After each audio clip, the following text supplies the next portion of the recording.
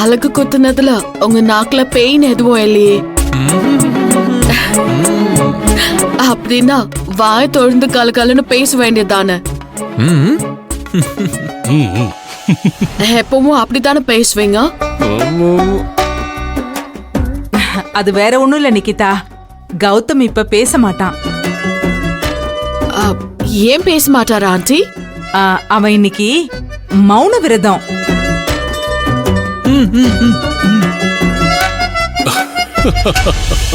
அதான் கோவில்ல பண்ண வேண்டிய பரிகாரம் எல்லாம் பண்ணியாச்சு மேடம்.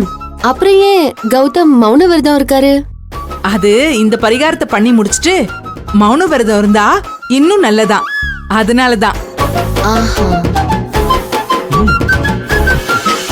செவந்தி, ஐம் சாரி. ஏதாவது முக்கியமான விஷயமா? அதுக்காக தான் தேடி வந்திருக்கீங்களா? ஆமா சார், கௌதம் நிக்கிதா கல்யாண விஷயமா நிக்கிதாவோட அப்பா என்கிட்ட போன்ல பேசினாரு. அது சம்பந்தமா உங்ககிட்ட கலந்து பேசுறதுக்கு தான் வந்தேன்.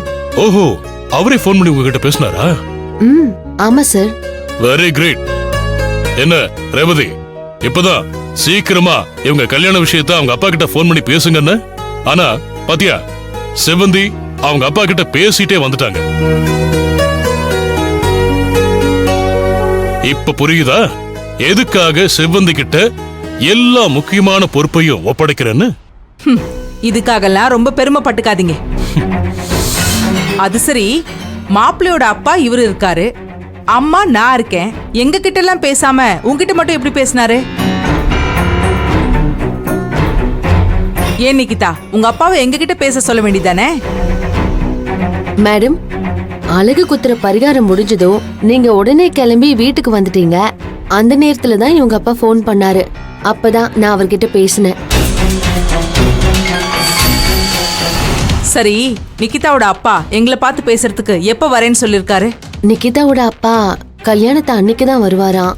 அதுக்கு முன்னாடி வர முடியாதான். இங்க வந்தாலும் 2 நாள்ல கிளம்பிடுவாராம். அப்போ உங்க எல்லாரையும் துபாய்க்கு கூட்டிட்டு போறேன்னு சொன்னாரு. செவந்தி, புரியல. எனக்கு ஒரே குழப்பமா இருக்கு. என்ன சொல்றீங்க? அவரு கல்யாணத்தன்னைக்கு வராரு, சரி. எங்களை எல்லாம் எதுக்கு துபாய்க்கு கூட்டிட்டு போறேன்னு சொல்றாரு? அது வேற ஒன்றும் இல்ல அங்கிள். அப்பாவுக்கு ரிலேட்டிவ்ஸ்னு எங்க யாரும் கிடையாதா. அவருக்கு பழக்கமானவங்க எல்லாம் துபாயில தான் இருக்காங்க. அதனால தான் உங்க விருப்பப்படி கல்யாணத்தை இங்க பண்ணிட்டு ரிசப்ஷனை அங்க பண்ணிடலான்னு ஆசைப்படுறாரு.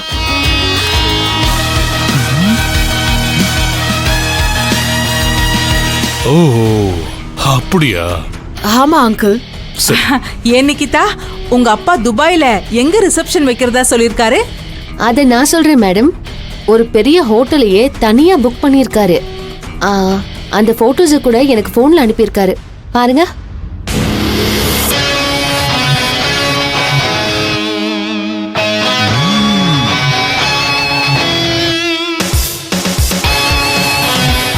கௌதம், ரிசப்ஷன் நடக்க போற இடத்த பார்த்தேல்ல, ரொம்ப பிரம்மாண்டமா இருக்குல்ல?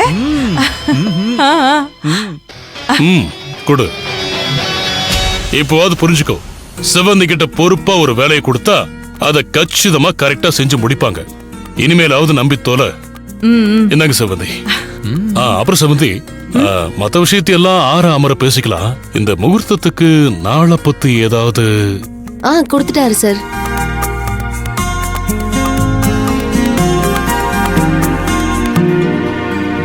இருபத்தி 23, 26, 29 இந்த 3 டேட்ல ஏதாவது ஒரு டேட்டை உங்களையே ஃபிக்ஸ் பண்ண சொல்லிட்டாரு.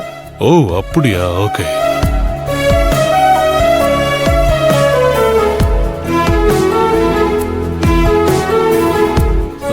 இந்த தேதியில 26ஆம் தேதி கல்யாணத்தை ஃபிக்ஸ் பண்ணிக்கலாம். சரிங்க சார். அவங்க கிட்டயும் சொல்லிடுங்க.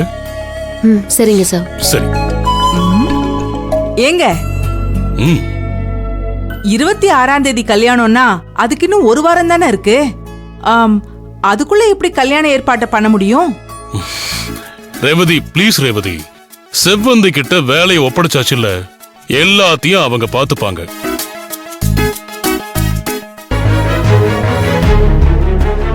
ஒரு வாரம் இல்ல, ஜஸ்ட் 3 டேஸ்ல எல்லா வேலையையும் சூப்பரா பண்ணி முடிச்சிருவாங்க. அந்த நம்பிக்கை எனக்கு இருக்கு.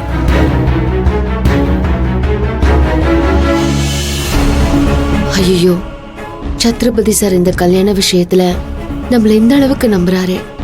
இதெல்லாம் பொய்ன்னு தெரிஞ்சா நம்மள பத்தி என்ன நினைப்பாரோ?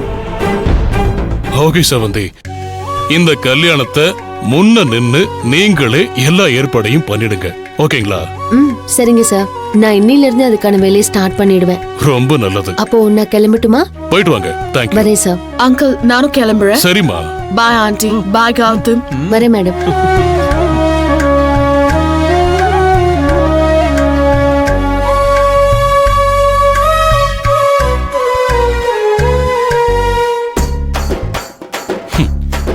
அவன் நாக்குல வசம்பு வச்ச தேய் வேஸ்டா இருக்கு. எப்படியோ கௌதம், நாம நினைச்ச மாதிரி உனக்கும் நிக்கிதாவுக்கும் கல்யாணம் நடக்க போகுது. இப்பதான் எனக்கு மனசுக்கு ரொம்ப நிம்மதியா இருக்கு. ஆமாமா. சரி சரி, இரு இரு, இரு.